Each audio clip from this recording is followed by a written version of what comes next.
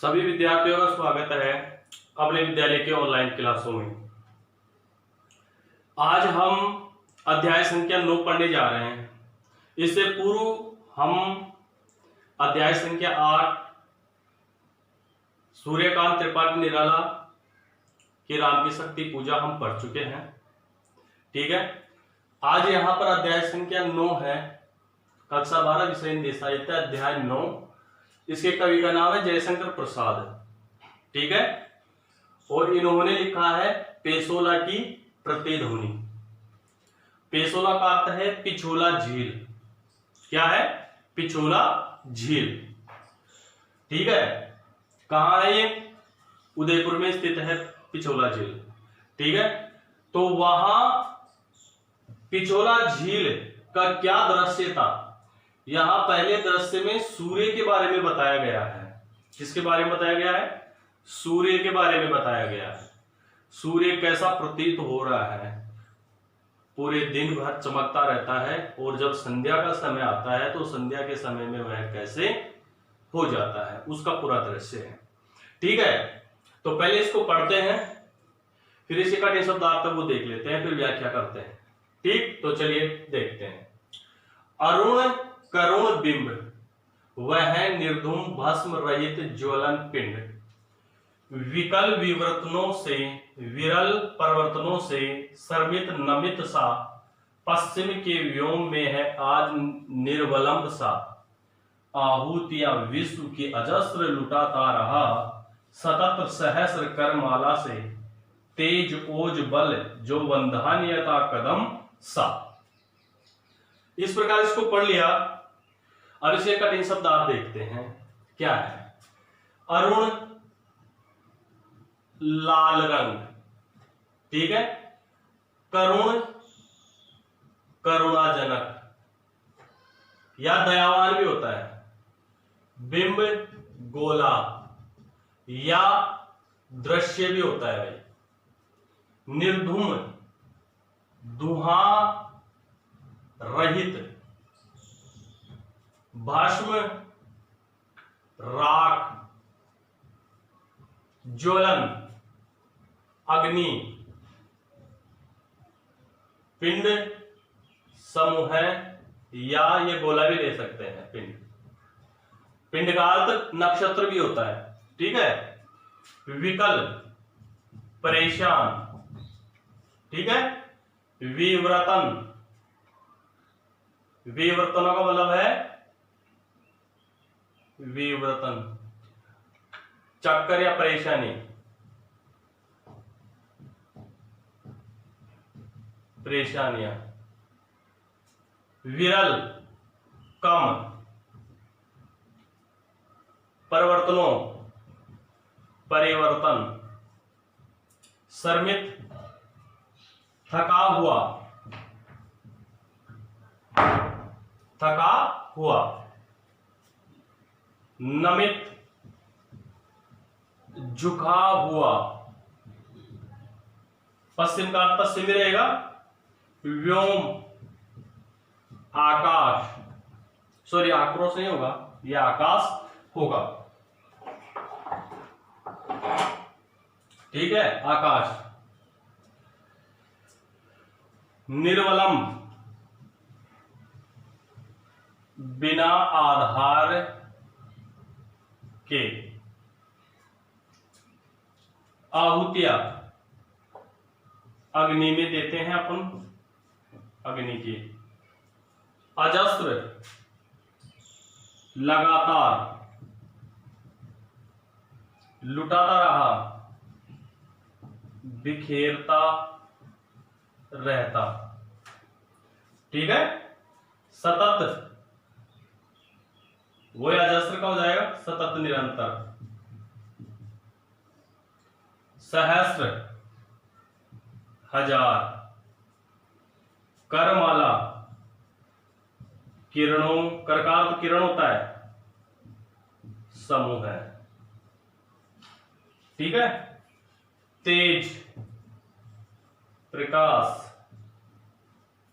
ओज का ओज रहेगा। वंदनीयता, दानशीलता, या उदारता कदम सा समूह है।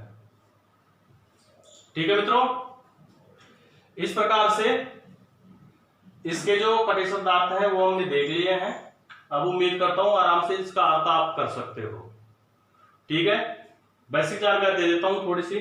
क्या है, यहां कवि जयशंकर प्रसाद है, ये पिछोला झील जो स्थित है उदयपुर में, उस पिछोला झील के शाम का दृश्य सूर्य पश्चिम दिशा में अस्त होने जा रहा है, तो उस सूर्य का यहां पर एक बिंब प्रस्तुत किया है, उसके बारे में वर्णन किया है कि यह सूर्य है, यह कैसा है, लाल रंग का है।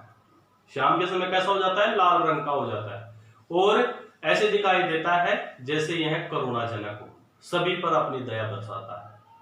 ठीक है, फिर आगे कवि कहता है कि यह निर्धूम धुआं रहित है, इसमें से धुआं नहीं निकलती है, और ऐसे दिखाई दे रहा है जैसे यह राख रहित है, और यह एक पिंड के समान, एक गोले के समान हमारे को शाम के समय दिखाई देता है।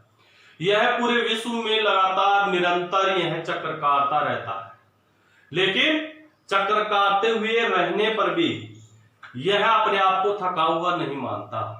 लेकिन कवि ये कहता है कि ऐसे दिखाई दे रहा है जैसे सूर्य पश्चिम दिशा में अस्त हो रहा है, तो ऐसे दिखाई दे रहा है जैसे पूरे दिन भर विश्व के चक्कर काटते रहने के कारण यह थक गया है, परिवर्तन करते करते हुए, चक्कर लगाते लगाते ये थक चुका है, और यह क्या कर रहा है, नीचे की ओर पश्चिम दिशा में अस्त होने के लिए जा रहा है।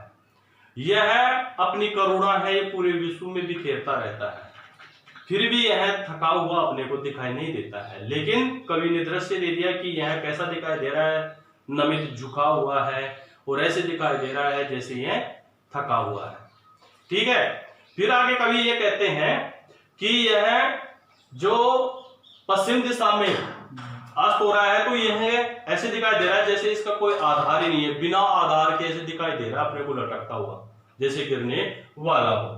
ठीक है, पूरे दिन भर यह पूरे विश्व में अपनी जो आहुतियां हैं, किरण रूपी हाथों से यह लगातार क्या करता रहता है, पूरे विश्व में अपनी किरणों को क्या करता रहता है, आहुति के समान बिखेरता रहता है, और तेज प्रकाश बल, और यह अपने प्रकाश से, अपने बल से, अपने ओज से इस पूरी पृथ्वी पर दानशीलता और उदारता के समूह के रूप में यह जाना जाता है।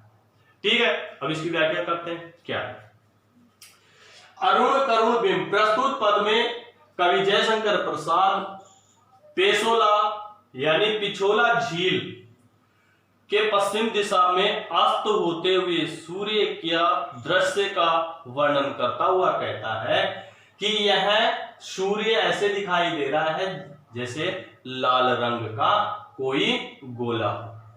यह पश्चिम दिशा में अस्त होते हुए ऐसे दिख रहा है जैसे यह करुणाजनक हो। कैसा दिखाई दे रहा है, करुणा से युक्त है। यानी कवि ये कहना चाहता है पश्चिम दिशा में जो सूर्य अस्त हो रहा है वह लाल रंग का है, और लाल रंग के होने के कारण ऐसे दिखाई दे रहा है जैसे यह करुणा से युक्त है, दया से युक्त है।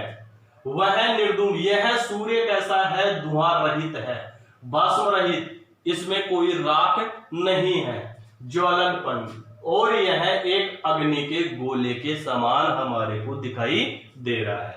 कवि का तात्पर्य है कि पश्चिम दिशा में अस्त होता हुआ सूर्य अपने को अग्नि के एक गोले के समान दिखाई दे रहा है। जैसे आग का गोला होता है, उसे चूल्हे में से बाहर निकाल दें तो अपने को कैसे दिखाई देगा, धीरे धीरे धीरे धीरे धीरे वो अपने को बुझता हुआ दिखाई देगा। तो ऐसे ही सूर्य के बारे में कवि ने बताया कि पश्चिम दिशा में अस्त हो रहा है, सूर्य का जो गोला है, सूर्य एक गोले के रूप में बना हुआ है, वह कैसा है, लाल रंग का है और करुणा से युक्त है। न उससे कोई धुआं निकल रही है, क्या निकल रही है, न कोई धुआं निकल रही है और न ही वहां पर कोई राख दिखाई दे रही है।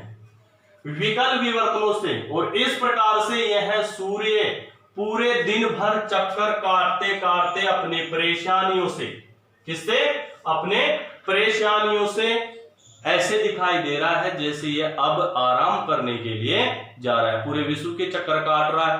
ठीक है, तो चक्कर काटते काटते क्या हो चुका है, ये परेशान हो चुका है। विरल परिवर्तनों से और ऐसे कम परिवर्तन, ऐसे कम यानी 24 घंटे के बाद में अपने को देखने को मिलता है सूर्य अस्त होने का समय।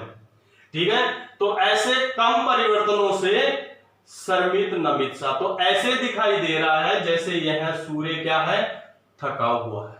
क्या है, थक गया है बेचारा, थका हुआ दिखाई दे रहा है। और जैसे जैसे नीचे डूबता हुआ जा रहा है तो ऐसे दिखाई दे रहा है जैसे यह नीचे झुकता हुआ चला जा रहा है, अपनी थकान मिटाने के लिए यह जा रहा है। ठीक है, पश्चिम के व्योम में आज निर्वलम सा, और इस प्रकार से यह सूर्य है, सूर्य का जो ये लाल गोला है, यह लाल गोला पश्चिम दिशा के आकाश में आज बिना किसी आधार के अपने को जाता हुआ दिखाई दे रहा है। यानी कोई आधार नहीं है इसका, बिना आधार के जाता हुआ दिखाई दे रहा है। आहूतियां विश्व की, किसकी, आहूतियां विश्व की अजस्र लगातार लुटाता रहा, और इस प्रकार से यह पूरे विश्व में जिस प्रकार से अग्नि में आहूतियां दी जाती हैं, उन आहूतियों के समान यह अपने किरणों के समूह को क्या करता रहता है, पूरे विश्व में बिखेरता रहता है। निरंतर सतत सहस्र करमाला, इस प्रकार से इसमें आ गया, इस प्रकार यह निरंतर बिना थके यह क्या करता रहता है, अपनी 1000 किरणों के समूह से, 1000 किरणों के समूह से अपनी यह आहूतियां है, अपना प्रकाश है, यह पूरे विश्व में क्या करता रहता है, बिखेरता रहता है। तेज ओज बल, यह अपने प्रकाश से, अपने ओज से, बल से, अपनी दानशीलता और उदारता के समूह के रूप में यह पूरे विश्व में यह जाना जाता है। अपने प्रकाश, ओज और दानशीलता या उदारता के समूह के रूप में पूरे विश्व में यह क्या किया जाता है, जाना जाता है। इस प्रकार से इस पद को पढ़ा है। अब इसके विशेष देख लेते हैं क्या है। भाषा है, खड़ी बोली है इसकी, खड़ी बोली। ठीक है, मुक्तक छंद है, इसमें कोई छंद नहीं है भाई, कोई छंद नहीं है। अनुप्रास अलंकार है, उपमा अलंकार है, ठीक है, रूपक अलंकार है, रूपक अलंकार। ठीक है, उपमा तो कैसे है, जैसे ये नमित सा आ गया, हमेशा सासी सा ऐसे शब्द आते हैं, यहां और है ये रासा। ठीक है, इसके बाद में रूपक करमाला, इस लाइन में क्या है, उपमेय और उपमान में एक रूपता या भेदता पाई जाती है, वहां रूपक अलंकार होता है। तो इस प्रकार से इसका विशेष छाड़ लेते हैं। तो आज के लिए बस इतना ही। सभी विद्यार्थियों को और सभी YouTube यूजर्स को धन्यवाद।